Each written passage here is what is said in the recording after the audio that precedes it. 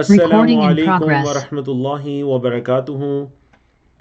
الحمد للہ رب العالمین والعاقبۃ للمتقین والصلاة والسلام علی اشرف الانبیاء والمرسلین نبینا محمد وعلی آلہ وصحبہ اجمعین، اما بعد۔ اللہ رب العزت کی توفیق سے ہمارے کورس آئیں قرآن سمجھیں شروع سے آخر تک، understand Quran from beginning to end, اس کا آج سبق نمبر 23 ہے، جو کہ ہمارے لیول 3 کا سیکنڈ لاسٹ لیسن ہے، جس میں ہم 18ویں پارے کے نصف سے آگے بڑھیں گے۔ صفحہ نمبر 11 سے لے کر صفحہ نمبر 15 تک 5 صفحات پڑھیں گے انشاءاللہ، جس میں سورۃ النور کی آیات 19 سے لے کر آیت نمبر 53 تک 53 تک انشاءاللہ یہ آیات ہم آج کی کلاس کے اندر اللہ کی توفیق سے پڑھنے جا رہے ہیں۔ کورس کے مقاصد اور کورس کا تعارف آپ کے سامنے ہے، اور سورۃ النور کا تعارف بھی اس سے پچھلے سیشن میں تفصیلی گزر چکا ہے، اور آپ کے علم میں ہے کہ یہ مدنی سورت ہے جس کے اندر احکام و مسائل اور خاص کر معاشرتی احکام جو ہیں اس کے اندر، اور آپ کے علم میں ہے، میں نے پہلے بھی بتایا تھا کہ عورتوں کے احکامات سے متعلق یہ 3 صورتیں ہیں، سورۃ النساء، سورۃ النور اور آگے چل کر آئے گی سورۃ الاحزاب، جس میں خصوصی طور پر عورتوں کے احکامات کو تفصیل کے ساتھ بیان کیا گیا۔ تو الحمدللہ ہم نے اس کی ابتدائی آیات کو پڑھا تھا۔ آج ہم انشاءاللہ آیت نمبر آپ کہہ لیجئے 19 سے اپنے لیسن کا باقاعدہ آغاز کرتے ہیں۔ قرآن مجید کا صفحہ نمبر 352 آپ کے سامنے ہے، ہمارا پارہ نمبر 18 ہے، اور 18ویں پارے کا ہمارا 11واں صفحہ ہے، جس کے اندر آیات 19 سے لے کر 26 تک کی آیات موجود ہیں۔ آپ کے علم میں ہے کہ اس سے پچھلی آیات کے اندر اس واقعے کا ذکر کیا گیا جو کہ سیرت کی کتابوں میں، حدیث کی کتابوں میں، تفسیر کے اندر بھی ہمیں تفصیل کے ساتھ ملتا ہے، جس کو واقعہ افک کہتے ہیں، کہ ام المومنین حضرت عائشہ صدیقہ بنت صدیق رضی اللہ تعالیٰ عنہما پر ایک بہتان لگایا گیا بعض منافقین کی طرف سے، تو اللہ رب العزت نے اس کو تفصیل کے ساتھ بیان کیا، اور حضرت عائشہ رضی اللہ تعالیٰ عنہ کی برات کو، اس بہتان سے ان کے بری ہونے کو اللہ رب العزت نے بیان کیا۔ پھر اللہ رب العزت نے فرمایا ان الذین یحبون، کیا فرمایا؟ اعوذ باللہ من الشیطان الرجیم، ان الذین یحبون، بے شک وہ لوگ جو پسند کرتے ہیں، بے شک وہ لوگ جو پسند کرتے ہیں، کیا؟ ان تشیع الفاحشۃ، شاع یشیع، ان تشیع یہ کہ پھیل جائے، عام ہو جائے۔ اردو میں جو آپ اشاعت کا لفظ یوز کرتے ہیں نا، وہ اسی سے ہے، اشاعت، پبلش کے معنی میں، پھیلانے کے معنی میں۔ بے شک جو لوگ یہ پسند کرتے ہیں، ان تشیع الفاحشۃ، یہ کہ فحاشی پھیل جائے، فی الذین آمنوا، ایمان والوں میں، ان کے لیے وعید کیا ہے؟ لہم، ان کے لیے عذاب علیم، دردناک عذاب ہے، کہاں؟ فی الدنیا، دنیا میں، والآخرہ، اور آخرت میں۔ واللہ یعلم، اور اللہ جانتا ہے، وانتم لا تعلمون، اور تم نہیں جانتے۔ اللہ علم رکھتا ہے لیکن تم علم نہیں رکھتے۔ اور فرمایا وَلَوْلَا فَضْلُ اللَّهِ عَلَيْكُمْ، اور اگر نہ ہوتا تم پر اللہ کا فضل، وَرَحْمَتُهُ، اور اس کی رحمت، وَأَنَّ اللَّهَ، اور یہ کہ اللہ، رؤوف، شفقت فرمانے والا، رحیم، مہربان ہے۔ مطلب اگر اللہ کی یہ جو صفات ہے، رؤوف رحیم، اللہ رؤوف رحیم نہ ہوتا تو تم، اس کی رحمت، اس کا فضل نہ ہوتا تو تم پر اللہ کا عذاب آ جاتا، یہ جس بہتان کو عام کیا گیا۔ تو یہ ایک بہت بڑی وعید اور ایک بہت بڑی تنبیہ ہو گئی۔ اب دیکھیں یہ آیت کریمہ، یہ بڑی عمومی آیت ہے، اس آیت کو سمجھیے خاص کر آج کے معاشرتی ماحول کے مطابق، کہ کچھ لوگ جو ہیں وہ فحاشی کے اندر ڈائریکٹ یا انڈائریکٹ اس کو پھیلانے کا سبب بن رہے ہوتے ہیں۔ ڈائریکٹ یا انڈائریکٹ، میں نے کہا بلا واسطہ یا بالواسطہ فحاشی کو پھیلانے کا سبب بن رہے ہوتے ہیں، چاہے وہ غیر محرم کی تصاویر کو شیئر کر کے ہو، چاہے اس کی ویڈیوز کو شیئر کر کے ہو، اس کو پھیلا کرو، چاہے اس کا تعلق آپ کی سیاست کے ساتھ ہے، آپ کے میڈیا کے ساتھ ہے، نیوز کے ساتھ ہے، کسی بھی چیز کے ساتھ ہے۔ یاد رکھیے یہ کوئی بھی ایسا عذر نہیں ہے کہ کسی غیر محرم کی تصویر کو آگے پھیلانے کی اجازت ہو. بعض پڑھے لکھے لوگ آپ انہیں کہ دیکھیں یہ سیاسی ہے، میڈیا ہے، ایشو ہے، کچھ بھی ہے، لیکن ایک غیر محرم ہے، تو وہ کیا کہتے ہیں، نہیں جی یہ تو بعض اوقات یہ ایک کیا کہتے ہیں جی اونلی فار فن، یہ تو بس ہم نے فن کے لیے کیا، یہ تو ہم نے بس لوگوں تک اس چیز کو پہنچانے کے لیے کیا. تو یاد رکھیے یہ عذر قابل قبول نہیں ہے. اس لیے فحاشی کو نہ صرف فحاشی کا ارتکاب، فحاشی کی کوئی بھی قسم ہے، ظاہری ہے، پوشیدہ ہے، نہ صرف فحاشی کا ارتکاب یہ منع ہے، ارتکاب کرنا، فحاشی کو کرنا یہ حرام ہے، بلکہ اس کو پھیلانا بھی جائز نہیں ہے. اللہ رب العزت نے فرمایا پھر اس کے بعد ایمان والوں کو اللہ رب العزت نے ایک تنبیہ کی، فرمایا یا ایھا الذین آمنوا، اے وہ لوگوں جو ایمان لائے ہو، لا تتبعوا نہ پیچھے چلو، خطوات الشیطان شیطان کے قدموں کے. اصل میں خطوات جمع ہے خطوتن کی، خطوتن کہتے ہیں قدم کے نشان. آپ نے دیکھا کبھی کبھار کوئی بندہ مٹی پر چلتا ہے یا کسی کیچڑ والی جگہ پر تو اس کے قدموں کے نشان رہ جاتے ہیں، ان کو عربی زبان میں کہتے ہیں خطوات. تو فرمایا خطوات جو ہیں شیطان کے، اس کی اتباع نہ کرو. اتباع کرتے ہیں کہتے ہیں پیروی کرنا. آپ کو پتہ ہے پیروی کا لفظ بھی پیر سے نکلا ہے، پیر کے اوپر پیر رکھنا. ہم نبی کریم صلی اللہ علیہ وسلم کی پیروی کرتے ہیں، مطلب آپ صلی اللہ علیہ وسلم کے بتائے ہوئے راستے پر چلتے ہیں. سمجھ آئی؟ تو کہا گیا شیطان کے خطوات کی پیروی نہ کرو. وَمَن يَتَّبِعْ اور جس نے پیروی کی خطوات الشیطان شیطان کے قدموں کی، خطوات کی، فَإِنَّهُ تو بے شک وہ تو یعنی وہ شیطان تو یأمر بالفحشاء وہ حکم دیتا ہے فحاشی کا، والمنکر اور منکر کا. شیطان فحاشی اور منکر کا حکم دیتا ہے.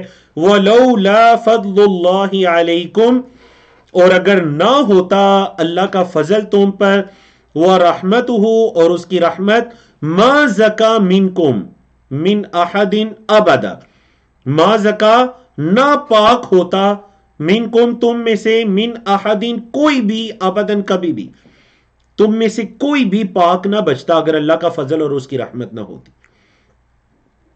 فرمایا وَلَكِنَّ اللَّهَ اور لیکن اللہ یزکی پاک کرتا ہے، زکا یزکی، علم یعلم کے سٹائل پر کمزور، اللہ پاک کرتا ہے من یشاء جس کو چاہتا ہے، واللہ اور اللہ سمیع سننے والا، علیم علم رکھنے والا ہے.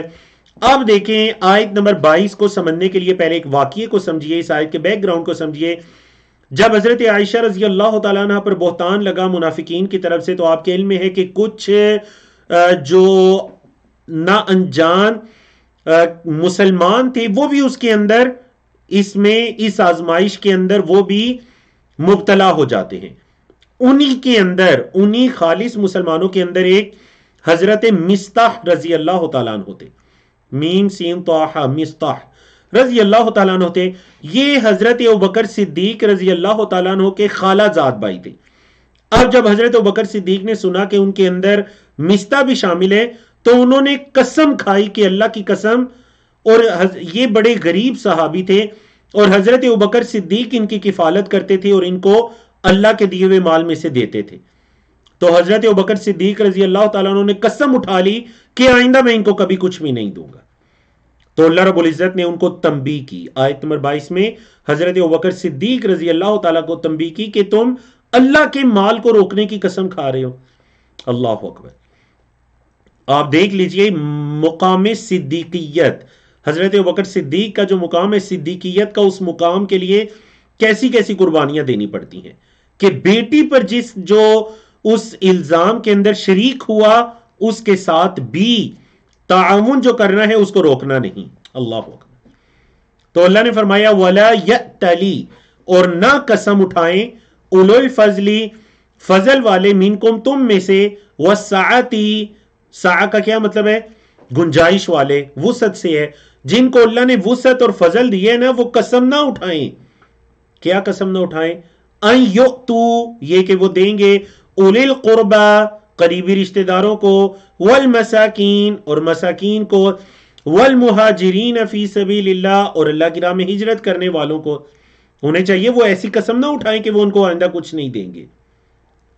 وَلْيَعْفُو، فعل مضارع سے پہلے لام آیا امر کا. وَلْيَعْفُو، اور چاہیے کہ معاف کریں. وَلْيَصْفَحُوا، اور چاہیے کہ درگزر کریں، معاف کریں، درگزر کریں. پھر اللہ نے فرمایا الا تحبون، کیا نہیں تم پسند کرتے، ان یغفر اللہ لکم، کہ اللہ تمہیں معاف کرے. کیا پسند نہیں کرتے کہ اللہ تمہیں معاف کرے. واللہ غفور الرحیم، اور اللہ معاف کرنے والا، رحم فرمانے والا ہے. اللہ معاف کرنے والا، رحم کرنے والا ہے. اللہ اکبر. تو جب حضرت ابوبکر صدیق رضی اللہ تعالیٰ عنہ نے اس آیت کو سنا، اللہ اکبر، تو ان کی کیفیت بدل جاتی ہے اور وہ کہتے ہیں ہاں ہم چاہتے ہیں کہ اللہ ہمیں معاف کرے. جی جو اللہ نے فرمایا الا تحبون ان یغفر اللہ لکم، تو کہتے ہیں ہم چاہتے ہیں اللہ ہمیں معاف کرے، اور اس کے بعد اپنی قسم کا کفارہ دیتے ہیں کہ جو میں نے قسم اٹھائی کہ میں آئندہ مستاح کے ساتھ کوئی تعاون نہیں کروں گا، اس قسم کا کفارہ دیا اور پھر ان کے ساتھ تعاون کرنا شروع کر دیا اس آیت پر عمل کرتے ہوئے. وَلْيَعْفُوا وَلْيَصْفَحُوا، کہ معاف کرے، درگزر کریں. کیا تم پسند نہیں کرتے کہ اللہ تمہیں معاف کرے. اللہ اکبر. پھر ساتھ ہی تنبیہ کر دی، اللہ نے فرمایا ان الذین یرمون المحصنات، بے شک جو لوگ بہتان لگاتے ہیں. رما یرمی سے ہے یرمونا، یرمونا کا لفظی مطلب ہوتا ہے پتھر پھینکنا. بہتان کے لیے بھی پتھر پھینکنے کا لفظ یوز کیا گیا، یعنی سے آپ اس کبیرہ گناہ بہتان کی سنگینی کا اندازہ کر سکتے ہیں. فرمایا ان الذین، بے شک جو لوگ یرمونا بہتان لگاتے ہیں، کس پر؟ المحصنات، پاک دامن عورتیں. محصنات کا لفظ شادی شدہ عورتوں کے لیے بھی یوز ہوتا ہے، مومن عورتوں کے لیے بھی یوز ہوتا ہے، پاک دامن عورتوں کے لیے بھی یوز ہوتا ہے. تو فرمایا جو لوگ بہتان لگاتے ہیں المحصنات، پاک دامن عورتوں پر، الغافلات، جو غافل ہیں، المؤمنات، جو ایمان والی ہیں، ایمان لانے والی ہیں، ان کا انجام لعنوا فی الدنیا والآخرہ، ان پر لعنت کی گئی ہے. فعل مجہول ہے پیسے والی، لعنوا، ان پر لعنت کی گئی ہے، فی الدنیا، دنیا میں، والآخرہ، اور آخرت میں، وَلَهُمْ عَذَابٌ عَظِيمٌ، اور ان کے لیے بڑا عذاب ہے. اللہ اکبر. یہ تو پہلی وعید ہو گئی. دوسری وعید فرمایا یوم تشہد علیہم، یوم، جس دن، تشہد، گواہی دیں گی، علیہم، ان کے اگینسٹ، گواہی دیں گی ان پر. ان پر گواہی کا کیا مطلب ہوتا ہے؟ مطلب ان کے خلاف گواہی دیں گی. کیا گواہی دیں گی ان کے خلاف؟ اللہ اکبر. فرمایا السنتہم، لسان ان کی جمع السنہ، ان کی زبانیں، السنتہم، ان کی زبانیں، وَأَيْدِيهِمْ، اور ان کے ہاتھ، وَأَرْجُلُهُمْ، اور ان کے قدم، ان کی ٹانگیں. کس چیز کی گواہی دیں گے؟ اللہ اکبر. بِمَا كَانُوا يَعْمَلُونَ، جو وہ عمل کرتے تھے، جو وہ عمل کرتے تھے، ان کی زبانیں، ان کے ہاتھ، ان کی ٹانگیں، ان کے پاؤں، ان کے خلاف گواہی دیں گے. خلاف کا معنی کہاں سے آیا؟ شاہدہ یشہدو کے بعد جب علا آتا ہے، بولی شاہدہ یشہدو کے بعد جب علا آتا ہے تو اس کا مطلب کیا ہو جاتا ہے؟ کسی کے خلاف گواہی دینا. ٹھیک ہے. اور اگر علا نہ آئے تو مطلب حق میں گواہی دینا. تو دیکھیں یہاں پر یوم تشہد علیہم، جس دن گواہی دیں گی ان پر، مطلب ان کے خلاف، ان کی زبانیں، ان کے قدم، ان کے ہاتھ، سب چیزیں گواہی دیں گی.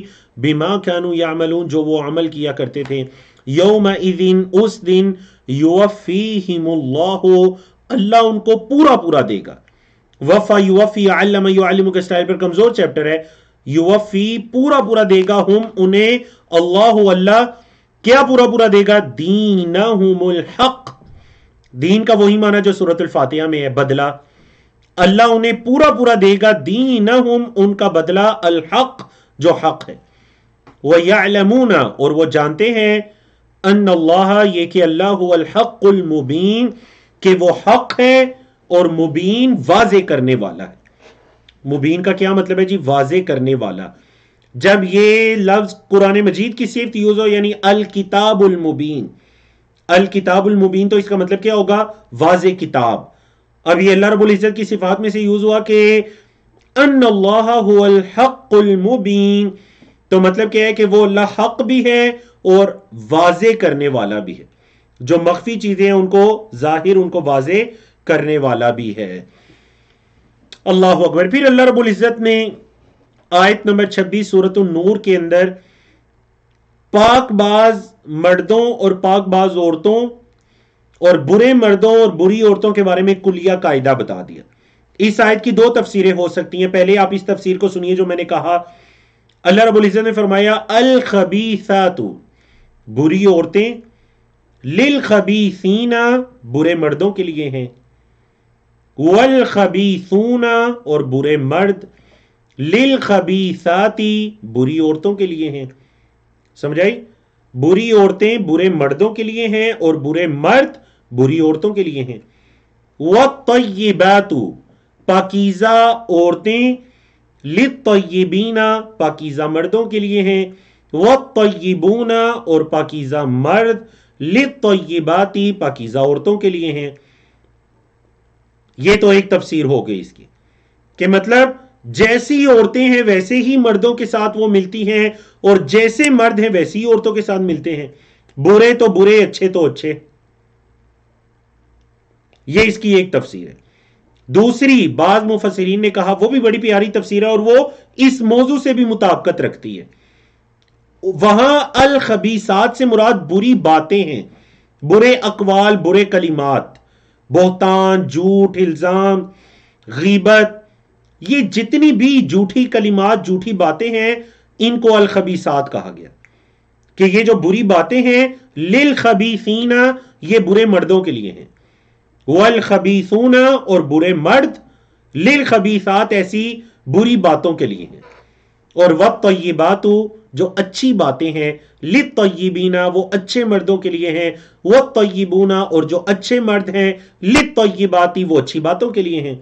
تو واللہ عالم دونوں تفاسیر اپنی جگہ بالکل درست ہیں۔ فرمایا اولئک، یہی وہ لوگ ہیں، مبرؤون، وہ بری ہیں، یہی لوگ مبرؤون، بری ہیں، کس سے؟ مما قالوا، اس سے جو، یا مما یقولون، فعل مضارع، جو وہ کہتے ہیں، یہ لوگ اس سے بری ہیں جو وہ کہتے ہیں۔ لہم مغفرۃ، ان کے لیے مغفرت ہے، ورزق کریم، اور بڑا معزز رزق ہے۔ مطلب اللہ کی جنتوں میں ان کے لیے بڑا معزز رزق انہیں دیا جائے گا، اور ان کے لیے اللہ کی طرف سے مغفرت بھی ہے۔ وہ جو بری ہیں، جن پر الزام لگایا جاتا ہے اور وہ اس سے بالکل بری ہیں۔ فرمایا اولئک مبرؤون مما یقولون۔ تو آپ نے دیکھا جو میں نے دونوں تفسیریں کی، اس میں سے جو دوسری تفسیر ہے وہ آیت کریمہ کے ان الفاظ سے بھی مطابقت رکھتی ہے، کہ اولئک مبرؤون مما یقولون، جو وہ کہتے ہیں، تو یہ طیبات، طیبون، اس سے بری ہیں۔ لہم مغفرۃ ورزق کریم۔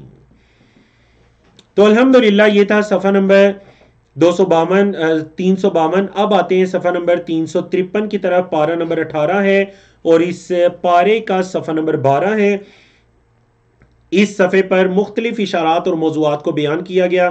مومن مردوں اور مومن عورتوں کے لیے کچھ پردے کے احکامات ہیں، نگاہوں کو نیچے رکھنے کے احکامات ہیں، اور کچھ گھر میں داخلے کے احکامات ہیں، بڑے ضروری معاشرتی احکام۔ یاد ہوگا میں نے شروع میں بھی آپ سے یہ کہا تھا کہ اگر آپ کہیں قرآن مجید کی کس صورت میں معاشرتی احکام سب سے تفصیلاً بیان کیے گئے تو سورۃ النور ان میں سے ایک ہے۔ مطلب فیملیوں کے اندر، خاص کر ہمارے ان خاندانوں میں جن کے اندر کمبائن فیملیاں ہیں، کچھ زیادہ خاندان مل کر ایک جگہ پہ رہتے ہیں، کس قدر خیال رکھنے کی ضرورت ہے پردے کے احکامات کی اور اس کے علاوہ دیگر احکامات کی گھروں میں داخلے کے اعتبار سے۔ سنیے جی، اللہ رب العزت نے فرمایا یا ایھا الذین آمنو، اے وہ لوگو جو ایمان لائے ہو، لا تدخلوا بیوتا، نہ گھروں میں داخل ہو، کن گھروں میں؟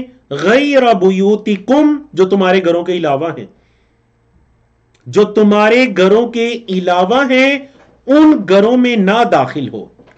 کب تک نہیں داخل ہونا؟ حتی تستأنسوا، یہاں تک کہ تم اجازت لو۔ استأنسا، استغفرا کے سٹائل پر 6 حرفی، استأنسا یستأنسو، استغفرا یستغفرو، یہاں تک کہ تم اجازت لو، وَتُسَلِّمُوا اور تم سلام کرو، عَلَىٰ أَهْلِهَا ان گھر والوں پر. ہاں ضمیر لوٹ رہی ہے بیوت کی طرف، عَلَىٰ أَهْلِهَا یعنی اہل البیوت، ان گھروں والوں پر تم کیا کرو، سلام کرو اور ان سے اجازت نہ لو، تم ان میں داخل نہ ہو. ذالکم خیر لکم یہ تمہارے لیے بہتر ہے، لعلکم تذکرون تاکہ تم نصیحت پکڑو. تو یاد رکھیے جو گھر اپنے نہیں ہیں ان میں داخلے سے پہلے دو چیزیں، اجازت اور سلام. ترتیب دونوں، یا پہلے سلام کر کے پھر اجازت لے لیجئے، یا اجازت لے کر سلام کر لیجئے، دونوں طرح سے، کیونکہ قرآن مجید کے اندر جو ترتیب ہے وہ کیا ہے، حتی تستأنیسوا یہاں تک کہ اجازت لو، وتسلموا اور سلام کرو. نبی کریم صلی اللہ علیہ وسلم کی سنت سے جو پتہ چلتا ہے، آپ صلی اللہ علیہ وسلم جب کسی گھر میں داخلے کا ارادہ کرتے تو سلام کرتے پھر اجازت لیتے، اور دروازے کے سامنے نہ کھڑے ہوتے، دائیں یا بائیں کھڑے ہوتے کہ کہیں ایسا نہ ہو دروازہ کھلے تو ایک دم گھر کے اندر نگاہ جائے. اور آپ صلی اللہ علیہ وسلم کو اگر 3 مرتبہ دروازہ کھٹکھٹانے پر جواب نہ ملتا یا اجازت نہ ملتی تو آپ صلی اللہ علیہ وسلم وہاں سے تشریف لے جایا کرتے تھے. اور یاد رکھیے اس کام سے کسی کی عزت کے اندر کوئی فرق نہیں پڑتا. اگر نبی کریم صلی اللہ علیہ وسلم کی عزت تکریم کے اندر کوئی فرق نہیں پڑا تو آپ کے بعد کوئی بھی اتنی عزت کا مستحق نہیں ہے کہ اس کو دروازے سے واپس جانے سے اس کی عزت میں فرق پڑے. اللہ اکبر. یہ بہت ضروری معاشرتی احکام ہے. اور آپ صلی اللہ علیہ وسلم نے فرمایا جو کسی کے گھر میں جھانکا، اس نے اسے کوئی پتھر یا چیز ماری، اس کی آنکھ بھی پھوڑ دی تو اس پر کوئی کفارہ نہیں ہے. یہ گھروں میں جھانکنا ہے، دیکھنا کس قدر یہ سنگین جرم ہے. تو فرمایا ذالکم خیر لکم یہ تمہارے لیے بہتر ہے، لعلکم تذکرون تاکہ تم نصیحت پکڑو. فَإِن لَمْ تَجِدُوا پس اگر نہ تم پاؤ، فیہا ان گھروں میں، احدن کسی ایک کو، گھروں میں کسی ایک کو اگر تم نہ پاؤ، فلا تدخلوها تو پھر تم نے داخل نہیں ہونا. فلا تدخلو نہ انٹر ہو، نہ داخل ہو ہاں ان گھروں میں. کب تک؟ حتی یؤذن لکم، فعل مجہول آ گیا پیسو وائز آذین یأذن سے، سمیع یسمع کے سٹائل پر. حتی یؤذن یہاں تک کہ اجازت دی جائے، لکم تمہارے لیے. وَإِن قِيلَ لَكُمُ ارْجِعُوا اور اگر تم سے کہا جائے، قیل لکم کہا جائے تم سے، ارجعوا لوٹ جاؤ، راجع یرجو سے فعل امر لوٹ جاؤ، فرجعوا تو لوٹ جاؤ. اگر تم سے کہا جائے لوٹ جاؤ تو لوٹ جاؤ. ہوا ازکا لکم وہ تمہارے لیے زیادہ پاکی کا باعث ہے. وہ جو پیچھے فعل گزرا تھا نا زکا یزکی، یہ اسے اسم تفضیل ہے. ازکا زیادہ پاکی کا باعث ہے، لکم تمہارے لیے. واللہ بما تعملون علیم اور جو تم عمل کرتے ہو اللہ اس کو جانتا ہے، جو تم اعمال کرتے ہو اللہ اس کو جانتا ہے. پھر ان گھروں کے بارے میں تعلیمات دے دی جو گھر یا کوئی مہمان نوازا مہمان خانہ ہے، یا کوئی آپ کہہ لیجئے کوئی مسافر خانہ ہے، یعنی ایسی جگہ جس جگہ پر رہائش نہیں ہے. ان کے احکامات بتائے آیت نمبر 29 میں. فرمایا لیس علیکم جناح، لیس علیکم جناح تم پر کوئی گناہ نہیں ہے، کوئی حرج نہیں ہے، ان تدخلوا بیوتن یہ کہ تم گھروں میں داخل ہو. کن گھروں میں؟ غیر مسکونتن جو رہائش والے نہیں ہیں. سکن سے ہے نا، اسم مفعول ہے مسکون، اور مؤنث مسکونتن، کیونکہ بیوت کے لیے یوز ہو رہا ہے تو بیوت جمع ہے مؤنث ہے. تو تم پر کوئی گناہ نہیں ہے کہ تم ان گھروں میں انٹر ہو جن میں غیر مسکونہ ہے، مطلب وہ رہائش والے نہیں ہے. فیہا ان گھروں میں، متاع لکم تمہارا کوئی فائدہ ہے، مطلب تمہاری ان جگہوں پر جانے سے تمہیں کوئی فائدہ ملے گا، تم ٹھہرو گے، آرام کرو گے یا کوئی بھی ایسا، اور ان میں کوئی رہائش نہیں کسی نے رکھی ہوئی تو کوئی حرج نہیں، تم جا سکتے ہو. واللہ یعلم اور اللہ جانتا ہے، ما تبدون جو تم ظاہر کرتے ہو، ابدا یبدی سے، وما تکتمون اور جو تم چھپاتے ہو، کتم یکتمون نصر ینصر کے سٹائل پر. جو تم ظاہر کرتے ہو اللہ اس کو بھی جانتا ہے، وما تکتمون اور جو تم چھپاتے ہو اللہ اس کو بھی جانتا ہے. فرمایا اللہ رب العزت نے یہ وہ آیات ہیں، آیت نمبر 30 اور 31 جس کے اندر مومن مردوں کو اور مومن عورتوں کو اپنی نگاہوں کے نیچے رکھنے کا حکم دیا گیا ہے، نگاہوں کو جھکانے کا حکم دیا گیا ہے۔ اللہ رب العزت نے فرمایا قل للمؤمنین، مومن مردوں سے کہہ دیں، یغضوا، وہ نیچی رکھیں، من ابصارہم، اپنی نگاہوں کو، ویحفظوا، اور حفاظت کریں، فروجہم، اپنی شرمگاہوں کی، ذالک، یہ ازکا لہم، ان کے لیے زیادہ پاکی کا باعث ہے، ان اللہ خبیر، بے شک اللہ خبر رکھتا ہے، بما یصنعون، جو وہ کرتے ہیں۔ تو دیکھیں شرمگاہ کی حفاظت سے پہلے بھی کس چیز کا حکم دیا گیا؟ نگاہوں کو نیچی رکھنے کا، کیونکہ یہ نگاہوں کا اٹھنا ایک ایسا کام ہے جو انسان کو کسی بڑے گناہ تک لے جاتا ہے۔ تو اس وجہ سے صدی پاپ کے لیے اس دروازے کو بند کر دیا گیا کہ نگاہیں ہی نیچی رکھنی ہے، نگاہیں اٹھیں گی تو یہ کسی بڑے گناہ کا سبب بن سکتا ہے۔ تو فرمایا قل للمؤمنین یغضوا من ابصارہم، مومنوں سے کہہ دیں وہ اپنی نگاہوں کو نیچا رکھیں، اور پھر دوسرا حکم کہ وہ اپنی عزتوں کی حفاظت کریں، یہ ان کے لیے زیادہ پاکی کا باعث ہے، ان اللہ خبیر بما یصنعون، بے شک اللہ خبر رکھتا ہے جو وہ کرتے ہیں۔ اس کے بعد اللہ رب العزت نے آیت نمبر 31 میں دیکھیں، آیت نمبر 30 میں مختصر آیت میں اللہ رب العزت نے مومنوں کو نگاہیں نیچے رکھنے کا حکم دیا اور شرمگاہوں کی حفاظت کرنے کا۔ آیت نمبر 31 میں اللہ رب العزت نے یہی حکم عورتوں کو دیا، لیکن اس کے ساتھ مکمل احکامات کو بیان کر دیا، جسے اس آیت کو یعنی پردے کی آیت بھی کہا جاتا ہے۔ پردے کے تفصیلی احکامات کو اللہ رب العزت نے اس آیت کے اندر بیان کیا۔ تو فرمایا وَقُلْ لِلْمُؤْمِنَاتِ، اور مومن عورتوں سے کہہ دیجئے، مؤمنتن کی جمع مؤمنات ہے، مومن عورتوں سے کہہ دیجئے کیا؟ یغضضن، یہ پتہ ہے نا کون سا فعل ہے؟ فعل مضارع ہے مؤنث جمع کے لیے۔ یغضضن، وہ نیچی رکھیں، من ابصارہن، اپنی نگاہیں، ہن آیا کیونکہ مومنات جمع ہے، ہا کی جمع ہن ہے نا، ہن یا ہن، تو کیا فرمایا کہ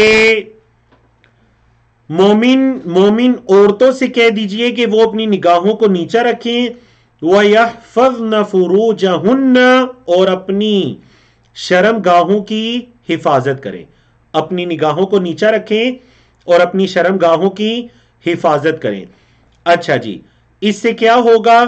فرمایا وَلَا يُبْدِينَ، وَيَحْفَظْنَ فُرُوجَهُنَّ، اپنی شرمگاہوں کی حفاظت کریں، وَلَا يُبْدِينَ زِينَتَهُنَّ، اور اپنی زینت کو واضح نہ کریں، وَلَا يُبْدِينَ، اور نہ ظاہر کریں، زِينَتَهُنَّ، اپنی زینت کو، إِلَّا، مگر، مَا ظَهَرَ مِنْهَا، جو اس میں سے ظاہر ہو۔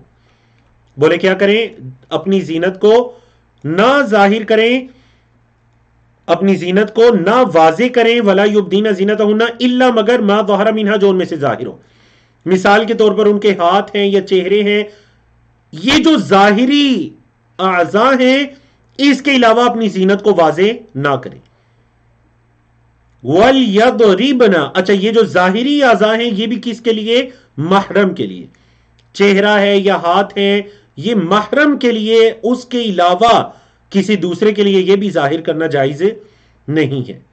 تو فرمایا وہ اپنی زینت کو ظاہر نہ کریں مگر جو ظاہر ہے، الا ما ظہر منہا، وَلْيَضْرِبْنَ، اور وہ ڈال دیں، وَلْيَضْرِبْنَ، اور وہ ڈال دیں، بِخُمُرِهِنَّ، اپنی اوڑھنیوں کو، عَلَى جُيُوبِهِنَّ، اپنے گریبانوں پر، اپنے سینوں پر، اپنی اوڑھنیوں کو اپنے سینوں پر ڈال کر رکھیں، وَلَا يُبْدِينَ زِينَتَهُنَّ، اور اپنی زینت کو واضح نہ کریں، الا، مگر، کس کے لیے؟ لِبُعُولَتِهِنَّ، بَعْلٌ کی جمع بُعُول، الا لِبُعُولَتِهِنَّ، مگر اپنے خامدوں کے لیے، اپنی زینت کو ظاہر نہ کریں مگر اپنے خامدوں کے لیے، مطلب خامدوں کے لیے ہاتھ یا چہرہ، اس کو یا جن رشتہ داروں کا آگے ذکر ہو رہا ہے ان کے لیے ان اعضاء کا ظاہر ہونا جائز ہے، البتہ جو غیر محرم ہے ان کے لیے اس زینت کا ظاہر کرنا مطلب چہرے ہاتھ وغیرہ کو ظاہر کرنا بھی جائز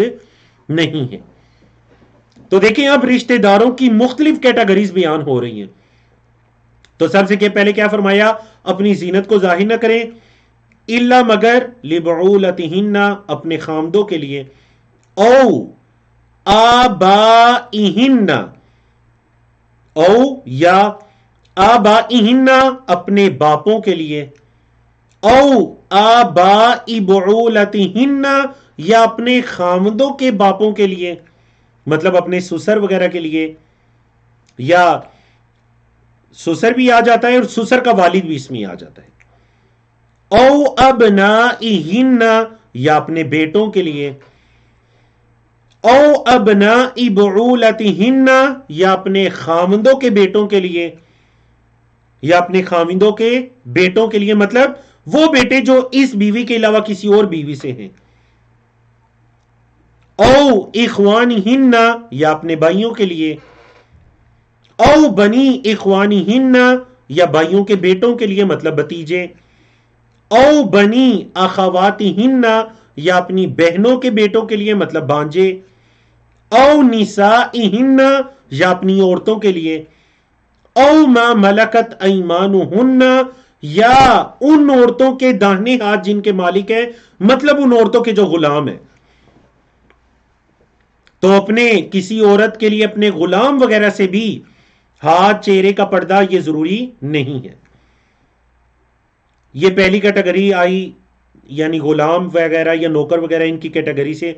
دوسری فرمایا اوت تابعین یا جو ان کے تابعین ہیں مطلب گھر کے نوکر چاکر ہیں، لیکن شرط یہ ہے کہ غیر اولی الاربۃ من الرجال، وہ کوئی شہوت کے متلاشی مرد نہ ہو. سمجھا کہ وہ پاک باز مرد ہوں، اگر نوکر چاکر بھی ہیں تو شہوت وغیرہ کے متلاشی نہ ہو. او الطفلی تیسری کیٹیگری ہے یا بچے الذین جو لم یظہروا علی عورات النساء جو عورتوں کی عورات پر ابھی تک انہیں خبر نہیں ہے، مطلب یہ کنایا ہے غیر بالغ سے، یعنی وہ بچے جو بالغ نہیں ہیں تو ان کے سامنے بھی عورتیں اپنی زینت مطلب اپنے چہرے یا ہاتھوں کو واضح یا ظاہر کر سکتی ہیں. لیکن کن بچوں کی بات ہوئی ہے جی؟ الطفل الذین لم یظہروا علی عورات النساء. پھر فرمایا وَلَا يَضْرِبْنَ بِأَرْجُلِهِنَّ اپنے قدموں کو زور زور سے نہ ماریں، وَلَا يَضْرِبْنَ اور نہ ماریں بِأَرْجُلِهِنَّ اپنے قدموں کو وہ نہ ماریں، لِيُعْلَمَ تاکہ جان لیا جائے ما یخفین جو مخفی ہے من زینتہن ان کی زینت سے، ان کی زینت سے جو مخفی ہے اس کو ظاہر کرنے کے لیے اپنے قدموں کو نہ ماریں. تو آپ کے علم میں زمانہ قدیم میں اور اس زمانے میں بھی بعض عورتیں پازیب وغیرہ کا استعمال کرتی ہیں، تو اس پازیب کی زینت کو بھی ظاہر کرنے کے لیے قدم زور زور سے مارنے کی ضرورت نہیں ہے عورتوں کو. اللہ اکبر، کس قدر دین اسلام کے اندر عورت کے پردے اور عورت کی عفت اور عصمت کی حفاظت ہے. پھر فرمایا وَتُوبُوا إِلَى اللَّهِ جَمِيعًا تم سب کے سب توبہ کرو اللہ کی طرف، ایھا المؤمنون اے مومنو، لعلکم تفلحون تاکہ تم فلاح پا سکو. اے مومنو تم سب کے سب کیا کرو؟ اللہ کی طرف رجوع کرو، توبہ کرو تاکہ تم فلاح پا سکو. تو الحمدللہ اللہ رب العزت کی توفیق سے یہ تھا ہمارا صفحہ نمبر 353. اب ہم آتے ہیں 354 کی طرف. پارہ نمبر 18 ہے، 18ویں پارے کا 13واں صفحہ ہے، جس کے اندر آیت نمبر 32 سے لے کر 36 تک کی آیات ہیں. عورتوں کے ہی احکامات جاری و ساری ہیں، اور اس آیت کے اندر جو چوتھا موضوع ہے اس کے اندر اس اللہ کے نور کا ذکر ہے، جس مناسبت سے اس سورت کا نام بھی سورۃ النور رکھا گیا ہے. اللہ رب العزت نے فرمایا وَأَنْكِحُوا اور نکاح کرواؤ. انکحَ يُنْكِحُ سے فعل امر ہے، وَأَنْكِحُوا اور نکاح کرواؤ الایام منکم جو تم میں سے غیر شادی شدہ ہیں، ان کا نکاح کرواؤ، والصالحین اور نیکوکار من عبادکم تمہارے غلاموں میں سے، عباد عبد ان کی جمع ہے، تمہارے غلاموں میں سے جو نیکوکار ہیں، وَإِمَائِكُمْ اور تمہاری امت ان کی جمع ایما، اور تمہاری خادمائیں لونڈیوں میں سے، تمہاری لونڈیوں اور خادموں میں سے، غلاموں میں سے جو نیکوکار صالحین ہیں تم ان کا نکاح کرواؤ. ان یکونوا فقراء اگر وہ ہوئے فقیر، یغنیہم اللہ تو اللہ ان کو غنی کر دے گا، من فضلہ اپنے فضل سے. اگر وہ فقیر ہوئے تو اللہ انہیں اپنے فضل سے غنی کر دے گا. واللہ واسع علیم اور اللہ رب العزت واسع ہے اور علیم ہے. اللہ وسعت والا، نوازنے والا، بہت نوازنے والا، واسع ہے اور علیم ہے، وہ علم رکھنے والا ہے. تو دیکھیے اس آیت کریمہ سے انسان فیوچر کی پلاننگ ضرور کرے، اپنے جاب، اپنے فیوچر، ان تمام چیزوں، لیکن یہ جو پلاننگ ہے یہ کبھی اس کو کسی نیک کام سے نہ روکے، اور خاص کر جو اپنی پاک دامنی کے لیے رشتہ ازدواج کے ساتھ منسلک ہونا چاہتے ہیں. تو اللہ نے کیا فرمایا کہ یکونوا فقراء اگر وہ فقیر ہوئے تو کیا ہوگا، یغنیہم اللہ من فضلہ اللہ اپنے فضل سے ان کو غنی کرے گا.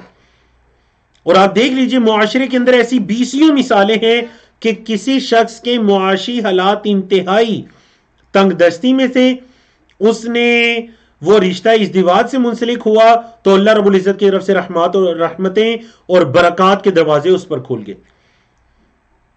کیونکہ یہ زوجات، یہ اولاد، یہ اپنا رزق لاتے ہیں قرآن مجید کی آیات کے مطابق. یہ اپنا رزق لاتے ہیں، اس رزق کے اندر وہ گھر کا سربراہ بھی اور یہ سب بھی شریک ہوتے ہیں. سب کا نصیب ہے جو اس ایک کے ذریعے سے باقی سب کو بھی ملتا ہے. اور احادیث کے اندر خاص کر اس چیز کی رغبت آئی ہے کہ نکاح کرو، شادی کرو. نبی کریم صلی اللہ علیہ وسلم فرمایا کہ اللہ رب العزت ان اشخاص کی خصوصی مدد کرتے ہیں. حدیث کا مفہوم یہ 3 اشخاص کی، اور ان میں سے ایک وہ ہے کہ جو شخص پاک دامنی کی وجہ سے، اپنے آپ کو پاک رکھنے کی وجہ سے شادی کے ساتھ منسلک ہونا چاہتا ہے، شادی کرنا چاہتا ہے. تو اللہ رب العزت ہمیں توفیق عطا کرے. بہت ایک ضروری معاشرتی مسئلہ یہ. فرمایا وَلْيَسْتَعْفِفِ الَّذِينَ اور چاہیے کہ عفت کو طلب کریں، پاک دامنی کو طلب کریں، الذین وہ لوگ جو لا یجدون نکاحا نکاح کی طاقت نہیں رکھتے. جو لوگ نکاح کی طاقت نہیں رکھتے انہیں چاہیے کہ وہ پاک دامن رہیں. اور آپ کے علم ہے کہ حدیث کے اندر اللہ کے رسول صلی اللہ علیہ وسلم نے کیا طریقہ بتایا؟ فرمایا کہ یا معاشر الشباب اے نوجوانوں کی جماعت، من استطاع منکم الباءۃ فلیتزوج جو تم میں سے شادی کرنے کی، نکاح کی استطاعت رکھتا ہے وہ شادی کرے. ومن لم یستطع اور جو طاقت نہیں رکھتا، فعلیہ بالصوم تو اس کو روزے رکھنے چاہیے. فإنہ لہ وجا کیونکہ یہ روزہ رکھنے اس کے لیے ڈال کی طرح ہے. جیسے ڈال انسان کو دشمن کے وار سے بچاتی ہے، اسی طرح شادی انسان کو گناہوں سے بھی بچاتی ہے، وہ اپنے دامن کو پاک رکھ سکتا ہے. تو کیا فرمایا اللہ نے کہ جو لوگ نکاح کی طاقت نہیں رکھتے وہ اپنے آپ کو پاک صاف رکھیں. کب تک؟ حتی یغنیہم اللہ یہاں تک کہ اللہ ان کو غنی کر دے، من فضلہ اپنے فضل سے. والذین اور وہ لوگ جو یبتغون الکتاب جو کتاب کو تلاش کرتے ہیں، مطلب وہ غلام ہیں لیکن وہ آزاد ہونا چاہتے ہیں. یہ مطلب ہے یبتغون تلاش کرتے ہیں الکتاب. کتاب کا مطلب یہاں لکھت پڑھت، مطلب اپنے مالکوں کے ساتھ کوئی طے کر لیتے ہیں کہ میں آپ کو اتنا مال دوں گا اور آپ مجھے آزاد کر دیجئے. تو جو لوگ کتاب کو تلاش کرتے ہیں، مما ملکت ایمانکم ان میں سے جو تمہارے ماتحت ہے، تمہارے غلام ہیں. میں نے بتایا تھا ملکت ایمانکم کا لفظی مطلب ہے تمہارے داہنے ہاتھ جن کے مالک ہیں، اور قرآن مجید میں ملکت ایمانکم کا لفظ کنایا ہوتا ہے غلامی سے. انسان یعنی دین اسلام کے اندر جو غلامی کا کنسیپٹ تھا جس کا ذکر کئی مرتبہ گزر چکا ہے. تو اللہ نے فرمایا تمہارے غلاموں میں سے جو لوگ یبتغون الکتاب تلاش کرتے ہیں لکھت پڑھت کو، فکاتبوہم ان کے ساتھ مکاتبہ کر لو. کاتبہ یکاتبو یہ حاسبہ یحاسبو کے سٹائل پر ہے، فعل امر ہے. کاتب کاتبو پس لکھت پڑھت کر لو ہم ان کے ساتھ، ان علمتم اگر تم جانو، فیہم ان میں خیرن کوئی خیر، اگر ان میں کوئی خیر دکھائی دے تو ان کے ساتھ مکاتبت کر لو، وآتوہم اور دو ان کو، من مال اللہ اللہ کے مال سے، الذی جو کہ آتا اس نے دیا ہے، کم تمہیں جو اس نے تمہیں مال دیا ہے تم انہیں اس اللہ کے مال میں سے دو۔ تو پتہ چلا اگر تم کسی کو مال دیتے بھی ہو تو وہ احسان نہیں ہے، وہ اللہ کا دیا ہوا مال ہے جو تم کسی کو دیتے ہو۔ تو فرمایا وآتم اور ان کو دو، کیا دو؟ من مال اللہ اللہ کے مال میں سے، الذی جو کہ آتا اس نے دیا ہے، کم تمہیں جو اس اللہ نے تمہیں دیا ہے۔ پھر زمانہ جاہلیت کے اندر ایک بڑا کبھی قسم کا کام کیا جاتا تھا دین اسلام نے جس کو حرام قرار دیا، اور وہ یہ تھا کہ اپنی لونڈی جو ہے، دین اسلام کے اندر جو لونڈی کا کنسیپٹ ہے، جنگ کے اندر جو دشمن کی کفار کی عورتیں لونڈی جو ہے اس کے ذریعے سے کچھ جو ان کے مالک تھے اسلام سے پہلے زمانے جاہلیت میں، ان سے فائدہ اٹھانے کی کوشش کرتے، ان کے ذریعے مال کمانے کی کوشش کرتے۔ اسلام نے اس کام کو بھی حرام قرار دیا۔ تو اس آیت کے اندر اسی چیز کی طرف اشارہ ہے، فرمایا وَلَا تُكْرِهُ اور نہ تم مجبور کرو، فتياتكم اپنی عورتوں کو، فتيات فتات ان کی جمع، نوجوان لڑکی، تم نوجوان لڑکیوں کو نہ مجبور کرو، علی البغاء بغاوت پر، ان اردنا اگر وہ ارادہ کرتی ہیں، تحسنن پاک دامنی کا، اگر وہ پاک دامنی کا ارادہ کرتی ہیں تو تم انہیں اس کام پر مجبور نہ کرو، لِتَبْتَغُوا تاکہ تم تلاش کرو، عرض الحیات دنیا دنیا کی زندگی کا فائدہ، تم اس کام کے ذریعے دنیا کی زندگی کا عرض کہتے ہیں معمولی فائدہ، تم اس کام کے ذریعے دنیا کی زندگی کا معمولی فائدہ حاصل کرنا چاہتے ہو۔ وَمَن يُكْرِهُنَّ اور جس نے انہیں مجبور کیا، فَإِنَّ اللَّهَ تو بے شک اللہ، مِن بَعْدِ إِكْرَاهِهِنَّ ان کے مجبور کرنے کے بعد، غفور الرحیم معاف کرنے والا رحم کرنے والا ہے۔ مطلب اگر کوئی توبہ کرنا چاہے اور اس سے کوئی ایسے پہلے کوئی بھی ایسا فعل سرزد ہوا تو اللہ رب العزت غفور الرحیم ہے، اللہ معاف کرنے والا ہے، لیکن اس کے بعد نہیں۔ فرمایا وَلَقَدْ أَنزَلْنَا إِلَيْكُمْ اور البتہ تحقیق ہم نے نازل کی تمہاری طرف، آیات مبینات بڑی واضح آیات، وَمَثَلًا مِّنَ الَّذِينَ خَلَوْا اور مثال ان لوگوں کی، خلو جو گزر چکے ہیں، من قبلکم تم سے پہلے، وَمَوْعِظَةً اور نصیحت، للمتقین متقین کے لیے۔ تو ہم نے جو یہ واضح آیات نازل کی ہیں یہ بڑی واضح ہیں، اور یہ اس میں ان لوگوں کی مثال بھی ہے جو پہلے گزر چکی ہیں، مطلب پچھلی اقوام کا ذکر بھی ہے، اور یہ متقین کے لیے نصیحت بھی ہے، یہ متقین کے لیے نصیحت بھی ہے، موعظہ۔ یہ وہ آیت کریمہ ہے، آیت نمبر 36 سورۃ النور کی، جس کی مناسبت سے اس سورت کا نام بھی سورۃ النور رکھا گیا۔ بولیے جس کی مناسبت سے اس سورت کا نام بھی سورۃ النور رکھا گیا۔ تو چلیے آتے ہیں ہم اس آیت کے ترجمہ اور تفسیر کی طرف۔ اللہ رب العزت نے فرمایا اللہ نور السماوات والارض، اللہ آسمانوں اور زمین کا نور ہے، اللہ آسمانوں اور زمین کا نور ہے۔ مثل نورہ اس کے نور کی مثال، کمشکاتن کمشکاتن ایک طاق کی طرح ہے۔ طاق کس کو کہتے ہیں؟ طاق وہ جو پچھلے زمانے میں، آج کل یہ رواج بہت کم رہ گیا، پچھلے زمانے میں جو گھروں کی دیواروں میں ایک چراغ دان چھوڑا جاتا تھا، اس میں چراغ وغیرہ یا لائٹ رکھنے کے لیے، اس کو کہتے ہیں مشکات۔ طاق عربی زبان، اردو میں اس کو طاق کہتے ہیں، عربی میں اس کو مشکات کہتے ہیں۔ تو فرمایا اس کے نور کی مثال ایک مشکات جیسی ہے۔ اچھا وہ مشکات کیسا ہے؟ فیہا مصباح کہ اس کے اندر ایک چراغ ہے، مصباح کا مطلب چراغ، اس مشکات میں ایک چراغ ہے۔ المصباح وہ جو چراغ ہے، فی زجاجتن ایک شیشے میں ہے، زجاج عربی میں شیشے کو کہتے ہیں، وہ چراغ ایک شیشے میں ہے۔ اچھا وہ شیشہ کیسے ہے؟ الزجاجت وہ شیشہ، سمجھ آئی نا آپ کو؟ شیشے کے اندر چراغ، اور وہ چراغ ایک ایک چراغدان میں ہے، مشکات میں ہے. فرمایا وہ جو الزجاجۃ، وہ جو شیشہ ہے، کأنہا گویا کہ وہ، کأنہا کا مطلب گویا کہ، ہاں وہ کوکبن ستارہ ہے، دری روشن، وہ ایک روشن چمکتا ہوا تارہ ہے. یوقد فعل مجہول ہے پیسو وائز، جلایا جاتا ہے، من شجرتن ایک درخت سے، اس کو ایک درخت سے جلایا جاتا ہے. مطلب یہ کہ درخت سے جو تیل نکلتا ہے، اور زیتون کا درخت ہے، آگے آ رہا ہے، زیتون کے درخت کے تیل سے اس کو جلایا جاتا ہے. اللہ اکبر.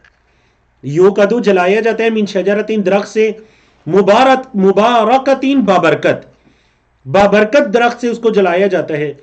زیتونتن جو کہ زیتون کا درخت ہے، لا شرقیتن نہ وہ مشرق میں ہے، ولا غربیتن اور نہ مغرب میں. کیا مطلب جی زیتون کا درخت نہ مشرق میں نہ مغرب میں؟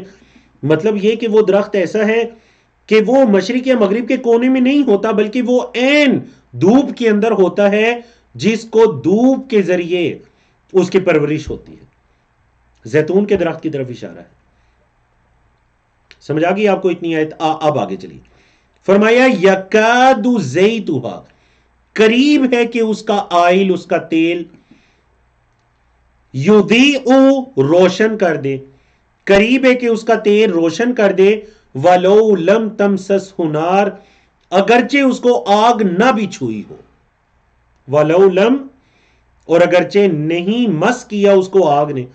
مطلب وہ تیل اتنا پاک ہے، اتنا صاف شفاف ہے کہ اگر آگ نہیں بھی جلائی تو کہیں ایسا لگ رہا ہے کہ وہ تیل ہی جلنا شروع ہو جائے گا. نور علی نور، نور پر نور ہے. دیکھیں نا، زیتون کے تیل کا نور، زجاج اس شیشے کا نور، اس کے اندر چراغ کا نور، پھر وہ چراغ دان کا نور، کمرے کو اس نے روشن کر دیا. تو اللہ نے فرمایا نور علی نور، نور پر نور ہے. یہ اللہ کا نور ہے، نور ہدایت اس سے مراد ہے. اس کی مثال دیکھیے، وہ روشنی ہی روشنی ہے. یہد اللہ، اللہ ہدایت دیتا ہے، لنور ہی اپنے نور کے لیے، مطلب اپنی نور ہدایت کے لیے، من یشاء جس کو چاہتا ہے. اللہ جس کو چاہتا ہے ہدایت دیتا ہے اس نور کے لیے. اور یہ جو اللہ نے مثال بیان کی، اللہ فرمائے وَيَضْرِبُ اللَّهُ الْأَمْثَالَ، اور اللہ بیان کرتا ہے مثالیں، للناس لوگوں کے لیے، واللہ بکل شیء علیم، اور اللہ ہر چیز کا علم رکھنے والا ہے. واللہ اور اللہ بکل شیء ہر چیز کا علم رکھنے والا ہے. پھر اللہ رب العزت نے مساجد کی فضیلت کو بیان کیا، فرمایا فی بیوتین گھروں میں، فی بیوتین گھروں میں، اذن اللہ اللہ نے حکم دیا، گھروں کی میں اللہ نے حکم دیا، ان ترفع یہ کہ انہیں بلند کیا جائے، گھروں میں اللہ نے حکم دیا کہ انہیں بلند کیا جائے، وَيُذْكَرَ اور ذکر کیا جائے، فیہا ان گھروں میں، اسمہ اللہ کے نام کا، ان گھروں میں اللہ کے نام کا ذکر کیا جائے اور ان گھروں کو بلند کیا جائے. یسبح لہ فیہا تسبیح کرتے ہیں اس کے لیے، یسبح تسبیح کرتے ہیں لہو صلی اللہ کے لیے، فیہا ان گھروں میں، بالغدو صبح کے وقت، والآصال اور شام کے وقت، صبح اور شام کے وقت ان گھروں میں تسبیح کرتے ہیں. کون تسبیح کرتے ہیں جی؟ فرمایا رجال کچھ مرد، صبح شام ان گھروں میں، ان مساجد میں اللہ کی تسبیح کرتے ہیں. رجال کچھ مرد، اچھا وہ کیسے ہیں؟ لا تلہیہم نہیں غافل کرتی ان کو، نہیں غافل کرتی ان کو، تجارت تجارت، ولا بیع اور نہ ہی خرید و فروخت، عن ذکر اللہ اللہ کے ذکر سے، واقام الصلاۃ اور نماز کو قائم کرنے سے، وایتاء الزکاۃ اور زکوٰۃ کو دینے سے. یعنی کہ ایسے اللہ کے بندے ہیں کہ اللہ کے ذکر میں اتنا مشغول ہیں کہ تجارت، خرید و فروخت یہ انہیں اللہ کے ذکر، اللہ کی تسبیح، نماز کے قائم کرنے اور زکوٰۃ کو دینے سے نہیں روکتی. مزید ان کی صفات کیا ہیں؟ یخافون یوما وہ اس دن سے ڈرتے ہیں. کس دن سے؟ تتقلب فیہ القلوب والابصار جس دن میں تتقلب الٹ پلٹ ہوں گے، فیہ اس میں القلوب دل والابصار اور آنکھیں، یعنی قیامت کا دن مراد ہے، اس دن کی سختی ایسی ہوگی کہ آنکھیں اور دن الٹ پلٹ ہوں گے۔ تو فرمایا کہ وہ اس سے کیا کرتے ہیں، اس دن سے ڈرتے ہیں، لیجزیہم اللہ تاکہ اللہ ان کو بدلہ دے، احسن ما عملوا اچھا بدلہ جو انہوں نے عمل کیے، احسن اسم تفضیل ہے، وَيَزِيدَهُمْ اور اللہ ان کو زیادہ دے، من فضلہ اپنے فضل سے، اللہ انہیں مزید اپنا فضل بھی دے، اور جو انہوں نے عمل کیے اللہ انہیں اس کا اچھا بدلہ بھی دے۔ واللہ یرزق من یشاء اور اللہ رب العزت رزق دیتا ہے جس کو چاہتا ہے، بغیر حساب بغیر حساب کے۔ تتقلب تقلب یتقلب تدبر یتدبر کے سٹائل پر مؤنث کا لفظ فعل مضارع تتقلب۔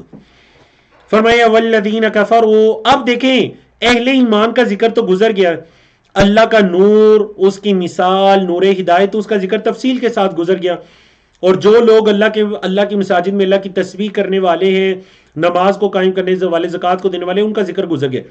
اب اس کے اپوزٹ کفار کا ذکر آیا اور ان کے لیے ایک مثال بیان کی گئی۔ کفار اور ان کے اعمال کو مزید واضح کرنے کے لیے ایک مثال اللہ نے بیان کی۔ فرمایا والذین کفروا اور وہ لوگ جنہوں نے کفر کیا، اعمالہم ان کے اعمال کسراب سراب کی طرح ہے۔ آپ کی اردو زبان کا لفظ ہے سراب، یعنی عربی سے آیا، اردو میں بھی یوز ہوتا ہے۔ کہ آپ بتا سکتے ہیں سراب کس کو کہتے ہیں؟ جن لوگوں نے کفر کیا ان کے اعمال سراب کی طرح ہیں۔ اچھا وہ سراب کہاں ہے؟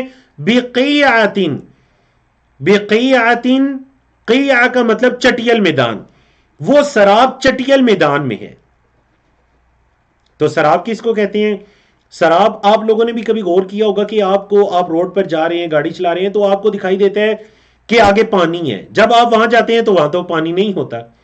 تو عربی زبان میں وہ جو چمک دکھائی دیتی ہے، پانی کا اندیشہ ہوتا ہے، حالانکہ پانی ہوتا نہیں، اس کو کہتے ہیں اردو میں بھی اور عربی میں بھی سراب۔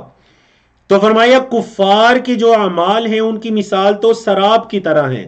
اچھا وہ سراب کہاں ہے؟ بقیعۃ، ایک چٹیل میدان میں، یحسبہ الظمآن، ظمآن پیاسا، پیاسا شخص گمان کرتا ہے، یحسبہ سمجھتا ہے، گمان کرتا ہے، ہو اس کو یعنی سراب کو، الظمآن پیاسا، کیا سمجھتا ہے؟ ماءً پانی، پیاسا اس کو پانی سمجھتا ہے، حتی یہاں تک کہ اذا جاءہ جب اس کے پاس آتا ہے، لم یجدہ شیئا تو وہاں کچھ بھی نہیں پاتا، ووجد اللہ عندہ اور اپنے پاس اللہ کو پاتا ہے،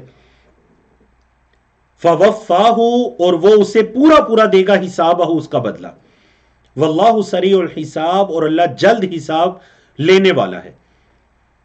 ضروری نہیں کہ ہر کسی کو اس کے اعمال کا بدلہ قیامت کے دن ہی ملے، بلکہ اللہ جلد حساب لینے والا ہے۔ کسی کا بدلہ دنیا میں بھی کسی کا بدلہ ہو سکتا ہے، اللہ یستر علینا۔ تو آپ کو آیت کریمہ کی سمجھ آئی کہ کفار کی مثال وہ سراب کی طرح ہے، کہ کفار بھی یہ سمجھتے ہیں اپنے اعمال کے ذریعے، چاہے وہ کوئی بھی اعمال ہے، کہ ہم بہت کوئی اچھے عمل کر رہے ہیں، حالانکہ ان کے اعمال سراب سے زیادہ کچھ نہیں ہے۔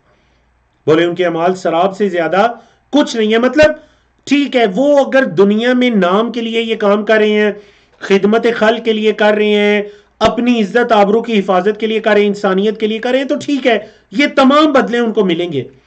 لیکن اگر وہ یہ چاہتے ہیں کہ کفر کے اندر رہ کر اپنے ان کاموں کا بدلہ اللہ سے لیں، جب اللہ پر ایمان ہی نہیں تو پھر اللہ سے بدلہ کیسا؟ جب دین اسلام پر ایمان ہی نہیں، دین اسلام کو قبول ہی نہیں کیا، تو پھر بدلہ کیسا؟ سمجھئے آپ کو؟ تو اس وجہ سے فرمایا ان کے اعمال کی مثال سراب کی طرح ہے، اگر وہ کفر میں ہی رہتے ہیں، جو بھی ان کے اعمال ہیں وہ سراب سے زیادہ کچھ نہیں ہے۔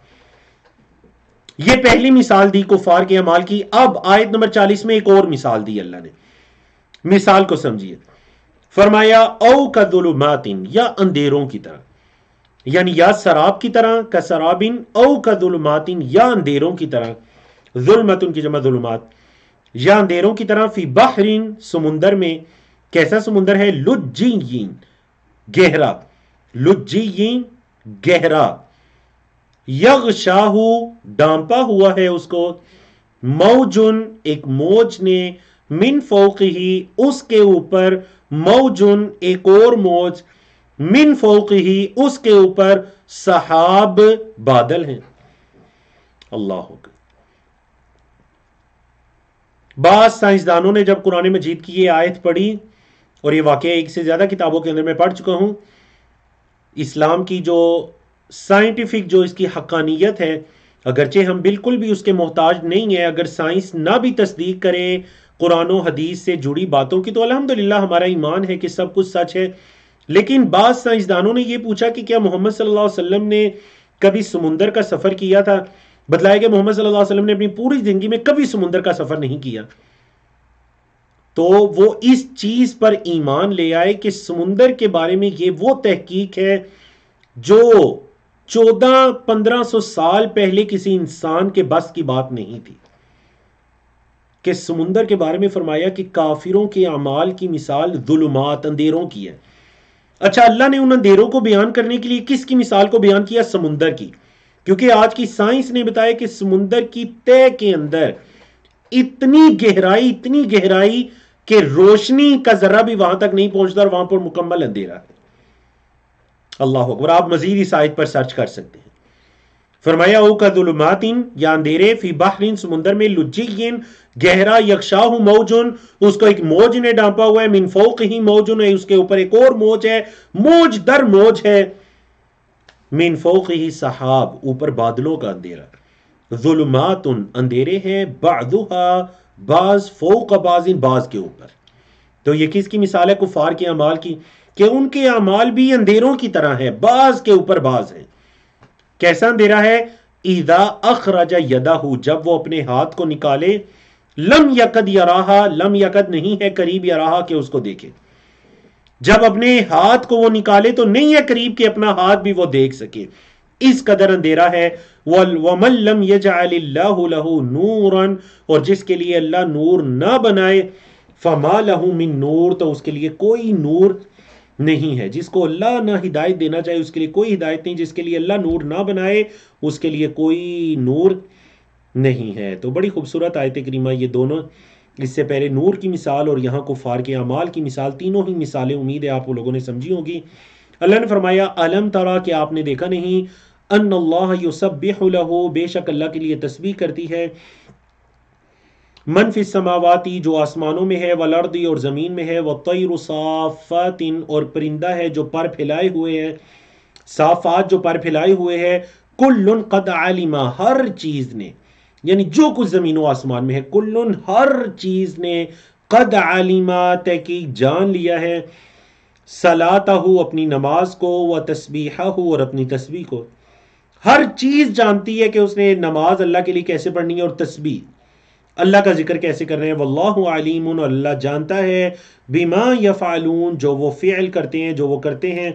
وَلِلَّهِ مُلْكُ السَّمَاوَاتِ وَالْأَرْضِ اور اللہ ہی کے لیے ہے آسمانوں اور زمینوں کی بادشاہت.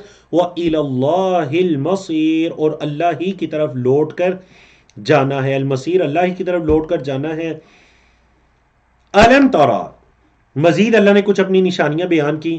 فرمایا الم ترا کہ آپ نے نہیں دیکھا، ان اللہ یزجی بے شک اللہ تعالی چلاتا ہے، سحابن بادلوں کو. سحاب ان سیاہ بادلوں کو کہتے ہیں جن میں بارش ہوتی ہے.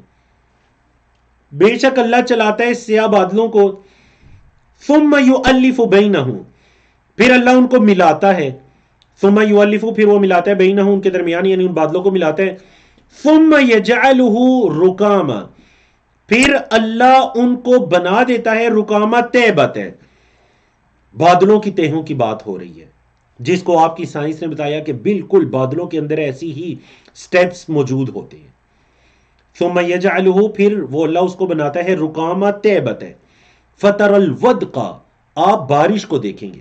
الودق بارش کی ایک قسم ہے. فَتَرَ الْوَدْقَ آپ بارش کو دیکھیں گے، یخرج وہ خارج ہوتی ہے، من خلالی ان کے درمیان سے، ان بادلوں کے درمیان سے بارش نکلتی ہے. وَيُنَزِّلُ مِنَ السَّمَاءِ اور وہ اللہ آسمان سے نازل کرتا ہے، من جبال پہاڑ. کیا مطلب جی اللہ آسمان سے پہاڑ نازل کرتا ہے؟ سمجھیے اللہ آسمان سے پہاڑ نازل کرتا ہے. وہ کس چیز کے پہاڑ ہیں؟ فیہا من برد، ان کے اندر کیا ہے؟ برد کا مطلب اولے ہیں، جو برف باری آپ کی ہوتی ہے. اللہ آسمان سے پہاڑ نازل کرتا ہے، اس میں اولے ہیں. مطلب پہاڑ تو نہیں نازل ہوتے، مطلب یہ ہے کہ اولوں کے پہاڑ نازل ہوتے ہیں. اور دیکھ لیجئے دنیا کے اندر کئی ایسے پہاڑ ہیں جو پورا سال برف سے ڈھکے رہتے ہیں. یہ برف اللہ نے نازل کی، یہ برف اللہ نے نازل کی گویا کہ برف کے پہاڑ نازل ہوئے. سمجھ گئے نا آپ؟ وَيُنَزِّلُ مِنَ السَّمَاءِ مِن جِبَالٍ فِيهَا مِن بَرَدٍ، تو کیا کرتا ہے اللہ؟ فَيُصِيبُ، پہنچاتا ہے بھی اس کے ساتھ، مَن یشاء، جس کو چاہتا ہے. اللہ جس کو چاہتا ہے وہ پہنچا دیتا ہے. وَيَصْرِفُهُ، اور پھیر دیتا ہے اس کو، عَن مَن یشاء، جس سے چاہتا ہے. جس سے چاہتا ہے اللہ پھیر دیتا ہے، اور جس سے چاہتا ہے اللہ اس کو پہنچا دیتا ہے. یکاد سنا برقہ، قریب ہے کہ اس کی بجلی کی چمک. سنا کا مطلب چمک، برق ہی آسمانی بجلی. قریب ہے کہ بجلی کی چمک یذهب بالابصار، آنکھوں کو لے جائے. یہ بجلی کی چمک بھی تو ایک اللہ کی نشانی ہے، اتنی زور سے چمکتی ہے کہ ایسے لگتا ہے آنکھیں چدیاں جاتی ہیں، آنکھیں کو لے جائے. بولے یکاد سنا برقہ، قریب ہے کہ اس کی بجلی کی چمک یذهب بالابصار، آنکھوں کو لے جائے. ذهب یذهب کو مطلب ہوتا ہے جانا، لیکن اس کے بعد با آ جائے تو اس کا مطلب کیا ہوتا ہے؟ لے جانا. قریب ہے کہ یہ بجلی کی چمک آنکھوں کو لے جائے. تو الحمدللہ اللہ رب العزت کی توفیق سے ہم نے 4 صفحات مکمل کیے. چلیے آج کے آخری صفحے کی طرف چلتے ہیں. یہ آپ کا 18ویں پارے کا 5واں صفحہ، 18ویں پارے کا 15واں صفحہ ہے، اور آپ کا قرآن مجید کا صفحہ نمبر 356 ہے. اور اس صفحے میں آیات 44 سے لے کر 53 تک کی آیات ہیں جن کو اللہ رب العزت نے بیان کیا، اور ان کو ہماری ٹیم کی طرف سے مختلف اشارات اور موضوعات کے اندر تقسیم کیا گیا ہے. تو چلیں ہم 1 بائی 1 ان موضوعات کو پڑھتے ہیں. اللہ نے مزید اپنی نشانیوں کو بیان کیا. دیکھیں، برف، آسمان اور پانی، بادل، سمندر، ان تمام چیزوں کو مزید اللہ کہہ رہے ہیں یقلب اللہ اللیل والنہار. قلب، یقلب کا مطلب ہوتا ہے الٹ پلٹ کرنا.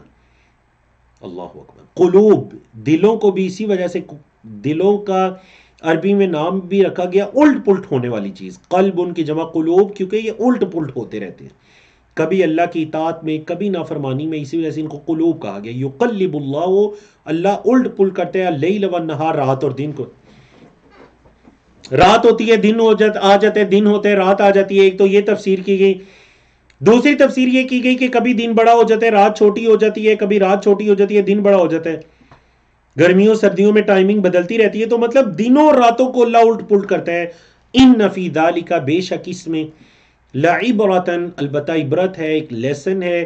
کس کے لیے؟ لأولی الابصار، جو بصارت والے ہیں، جو دیکھنے والے ہیں، آنکھیں رکھتے ہیں. ان نشانیوں کے اندر اس کے لیے بہت عبرت ہے. اللہ اکبر. یہ جو آیت ہے، آیت نمبر 45، اس میں اللہ رب العزت نے زمین پر جو چلنے والے جاندار ہیں ان میں اپنی نشانی کو بیان کیا. فرمایا واللہ خلق کل دابۃ، اللہ نے پیدا کیا ہے ہر دابہ کو. دابہ میں نے پہلے بھی کئی مرتبہ یہ لفظ گزرا ہے. دابہ کہتے ہیں کہ ہر وہ چیز جو زمین پر چلتی ہے وہ دابہ کہلاتی ہے. کوئی بھی جاندار ہے زمین پر چلنے والا. تو فرمایا واللہ خلق کل دابہ، اللہ نے ہر جاندار کو پیدا کیا من ماء، پانی سے. اللہ اکبر. اس روئے زمین پر اشیاء کا وجود پانی سے ہے. اس کی بھی 2 تفسیریں کی گئیں. ایک یہ کہ آپ کے علم میں ہے کہ وہ نطفہ جس سے پیدائش کا پروسیس مکمل ہوتا ہے وہ اصل میں پانی ہے جس سے ہر چیز کو اللہ نے پیدا کیا. اور ایک تفسیر یہ کی گئی کہ اس روئے زمین پر ہر جاندار چیز پانی کے ساتھ ہی زندہ ہے. تو فرمایا واللہ خلق، اور اللہ نے پیدا کیا. دونوں تفسیریں بالکل درست ہیں. اللہ نے پیدا کیا ہر جاندار کو من ماء، پانی سے. اچھا، ان کی کیٹیگریز 3 کیٹیگری بیان کی. فرمایا فَمِنْهُمْ مَنْ يَمْشِي عَلَى بَطْنِهِ، ان میں سے بعض جاندار ایسے ہیں جو اپنے پیٹ پر چلتے ہیں. من بعض کے معنی ہے فَمِنْهُمْ، پس ان میں سے بعض، مَنْ يَمْشِي جو چلتے ہیں عَلَى بَطْنِهِ، اپنے پیٹ پر، مطلب رینگ کر چلتے ہیں. اس سے سانپ وغیرہ مراد ہے، مچھلی وغیرہ. وَمِنْهُمْ مَنْ يَمْشِي، اور ان میں سے ایسے ہیں جو چلتے ہیں عَلَى رِجْلَيْن، اپنے قدموں پر، اپنے ٹانگوں پر. اس سے انسان وغیرہ مراد ہیں. وَمِنْهُمْ مَن يَمْشِي، اور ان میں سے بعض ایسے ہیں جو چلتے ہیں علی اربعین، چار پر، جنہیں آپ چوپائے کہتے ہیں، بکری، گائیں، اونٹ وغیرہ. ان میں سے بعض ایسے ہیں جو اربع، چار پر چلتے ہیں. تو یخلق اللہ ما یشاء، اللہ جو چاہتا ہے وہ پیدا کرتا ہے. ان اللہ علی کل شیء قدیر، بے شک اللہ ہر چیز پر قادر ہے. لقد انزلنا آیات مبینات، البتہ تحقیق ہم نے نازل کیا. کس کو نازل کیا؟ آیات، آیات کو نازل کیا. مبینات، بڑی واضح. مبینات کی جمع مبینات، آیات کی جمع آیات. ہم نے بڑی واضح آیات کو نازل کیا. واللہ یہدی من یشاء، اور اللہ جس کو چاہتا ہے ہدایت دیتا ہے. کس کی طرف؟ الی صراط مستقیم، صراط مستقیم کی طرف اللہ جس کو چاہتا ہے ہدایت دیتا ہے. اب یہاں پر منافقین کے گروہ کا ذکر ہوا کہ اللہ کے رسول پر ایمان تو لائے اپنی زبانوں سے، لیکن جب یہ کہا جاتا ہے کہ آؤ اللہ کے رسول تمہارا فیصلہ کریں، فیصلہ اگر ان کے حق میں جاتا ہو تو بڑا خوش ہو جاتے ہیں، اگر فیصلہ ان کے اگینسٹ جاتا ہو تو وہ بپھر جاتے ہیں. یہ منافقین کی علامت ہے. یاد رکھیے اہل ایمان کبھی بھی اللہ اور اس کے رسول سے جڑی کسی چیز کو سن کر وہ پلٹتے نہیں ہیں، بلکہ مزید آگے بڑھتے ہیں. فرمایا وَيَقُولُونَ، اور وہ کہتے ہیں، آمنا باللہ وبالرسول، ہم ایمان لائے اللہ پر اور رسول پر صلی اللہ علیہ وسلم. وَأَطَعْنَا، اور ہم نے اطاعت کی. کہتے تو یہ ہیں کہ ہم ایمان لائے اور ہم نے اطاعت کی، لیکن ہوتا کیا ہے؟ ثُمَّ يَتَوَلَّى فَرِيقٌ، پھر جاتا ہے ان میں سے ایک گروہ، منہم، ان میں سے، من بعد ذالک، اس کے بعد، وَمَا أُولَئِكَ، اور نہیں ہے یہ، بالمؤمنین، ایمان والے. بولے یہ ایمان والے نہیں ہے، یہ کوئی ایمان نہیں ہے کہ کہہ دیا ایمان لائے اللہ اور اس کے رسول پر اور ہم اطاعت بھی کریں گے، لیکن جب وقت آئے تو پھر جائیں. یہ ایمان نہیں ہے. تو اللہ نے ان کے ایمان کی نفی کر دی. فرمایا وَمَا أُولَئِكَ، نہیں ہے یہ لوگ، بالمؤمنین، ایمان والے. وَإِذَا دُعُوا، اور جب انہیں پکارا جاتا ہے، فعل مجہول ہے پیسے، جب انہیں پکارا جاتا ہے الی اللہ، اللہ کی طرف، ورسولہ، اور اس کے رسول کی طرف. کیوں پکارا جاتا ہے؟ لیحکم بینہم، تاکہ وہ ان کے درمیان فیصلہ کرے. اذا فریق منہم، تو ان میں سے ایک گروہ، معرضون، اعراض کرتے ہیں. جب انہیں اللہ اور اس کے رسول کی طرف پکارا جاتا ہے تو ان کا ایک گروہ کیا کرتے ہیں؟ بولے اعراض. اعراض کہتے ہیں منہ پھیر کر پلٹنا. وہ اعراض کرتے ہیں، دور ہٹتے ہیں. وَإِن يَكُن لَهُمُ الْحَقُّ، اور اگر حق ان کے لیے ہو، یَأْتُوا إِلَيْهِ، تو آتے ہیں اس کی طرف، مذعنین، بڑے مطیع اور فرما بردار بن کر. مذعنین کا کیا مطلب جی؟ مطیع کے معنی میں بڑے فرما بردار بن کر آتے ہیں. حق سے مراد یہاں پر یہ ہے کہ فیصلہ اگر ان کے حق میں چلا جائے تو بڑے فرما بردار اور مطیع بن جاتے ہیں، اور اگر فیصلہ ان کے خلاف جا رہا ہو تو پھر اعراض کرنا شروع کر دیتے ہیں، اس فیصلے کو ماننے سے انکار کر دیتے ہیں. تو فرمایا یہ کوئی ایمان کی علامت نہیں ہے. اللہ نے فرمایا افی قلوبہم مرض، کیا ان کے دلوں میں کوئی بیماری ہے؟ ام ارتابوا، یا وہ شک میں پڑے ہوئے ہیں؟ ام یخافون، یا وہ ڈرتے ہیں، ان یحیف اللہ، یہ کہ نہ حق فیصلہ کرے گا اللہ علیہم، ان پر، ورسولہ، اور اس کے رسول صلی اللہ علیہ وسلم. تین باتیں اللہ نے فرمائی. فرمایا یا تو ان کے دلوں میں مرض ہے، مطلب نفاق کی بیماری ہے، یا انہیں شک ہے، یا انہیں یہ ڈر ہے، ام یخافون، یا انہیں یہ ڈر ہے، خوف ہے کہ اللہ اور اس کا رسول نعوذ باللہ ان سے زیادتی کریں گے. نہیں، اللہ نے فرمایا ایسی کوئی بات نہیں. بل اولئک هم الظالمون، بلکہ یہ تو ظالم ہیں. بل اولئک، بلکہ یہ لوگ کیا ہیں؟ ظالم ہیں. فرمایا انما كان قول المؤمنین، مومنوں کی بات تو بس یہ ہے. دیکھیں یہ اہل نفاق کا تذکرہ کیا، مدنی صورت ہے، مدنی صورتوں میں منافقین کا تذکرہ تفصیل سے ہوتا ہے. اہل نفاق کا تذکرہ کیا کہ ان کا کیا رویہ ہوتا ہے اللہ اور اس کے رسول کے فیصلہ کرتے ہوئے. اب اہل ایمان کا ذکر ہے. فرمایا انما كان قول المؤمنین، ایمان والوں کی بات تو بس ہوتی ہے کب؟ اذا دعوا، جب انہیں پکارا جاتا ہے، فعل مجہول ہے پیسے ہوئے، جب انہیں پکارا جاتا ہے الی اللہ، اللہ کی طرف، ورسولی، اور اس کے رسول کی طرف، لیحکم بینہم، تاکہ وہ ان کے درمیان فیصلہ کرے. کیا ہوتی ہے ایمان والوں کی بات؟ ان یقولوا، یہ کہ وہ کہتے ہیں، سمعنا و اطعنا، ہم نے سنا اور ہم نے اطاعت کی، وَأُولَئِكَ، اور یہی وہ لوگ ہیں، ہم المفلحون، فلاح پانے والے۔ تو دیکھیں اہل نفاق کے بارے میں اللہ نے کیا فرمایا تھا، بل اولئک هم الظالمون۔ اہل ایمان کے بارے میں کیا فرمایا کہ جب انہیں پکارا جاتا ہے اللہ اور اس کے رسول کی طرف تو وہ کیا کہتے ہیں، سمعنا واطعنا۔ اللہ نے فرمایا واولئک هم المفلحون، یہ ہیں فلاح پانے والے۔ ومن یطع اللہ ورسولہ، جو اللہ اور اس کے رسول کی اطاعت کرے گا، نمبر ایک جو اللہ اور اس کے رسول کی اطاعت کرے گا، نمبر دو ویخشى اللہ، اور اللہ سے ڈرے گا، ویتقی، اور اس کا تقوی اختیار کرے گا، جس میں یہ تین علامتیں ہوں گی، اللہ اور اس کے رسول کی اطاعت ہوگی، اللہ کا ڈر ہوگا، تقوی ہوگا، فرمایا فَأُولَئِكَ هُمُ الْفَائِزُونَ، تو یہی وہ لوگ ہیں جو فائزون ہیں۔ پہلے گزر چکے نا، فوز، فوز کا مطلب کیا ہوتا ہے، کامیابی۔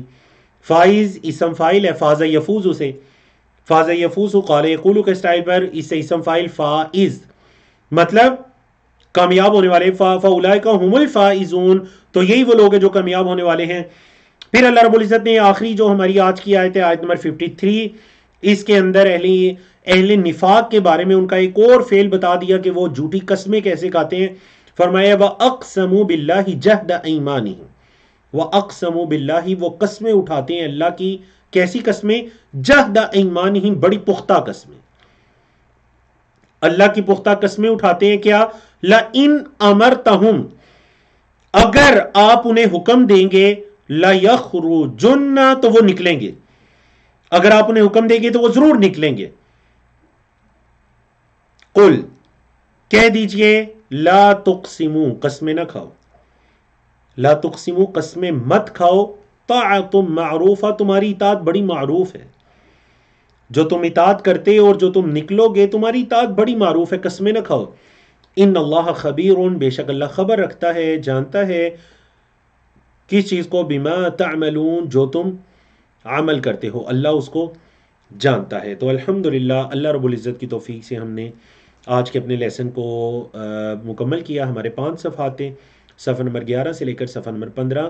تو کل ہمارا لیول جو 3 چل رہا ہے، آئیں قرآن سمجھے شروع سے آخر تک، اس کا لیول 3 جو چل رہا ہے، کل انشاءاللہ ہم اس کا آخری سبق پڑھ کر اپنے اس لیول 3 کے 18ویں پارے کو مکمل کر کے انشاءاللہ نیکسٹ منڈے سے ہی، مطلب 31 جنوری سے، ہم انشاءاللہ لیول 4 میں، آپ کہہ لیجئے آپ کا 19واں پارہ اللہ کی توفیق سے شروع کریں گے انشاءاللہ۔ اچھا سیکھنے اور کورس سے بھرپور فائدہ اٹھانے کے لیے آپ روزانہ کا سبق دہرائیے، ساتھ ساتھ لکھیے اور نوٹس مکمل کیجئے، جو پڑھتے ہیں اسے کسی کو پڑھانے کی کوشش کیجئے۔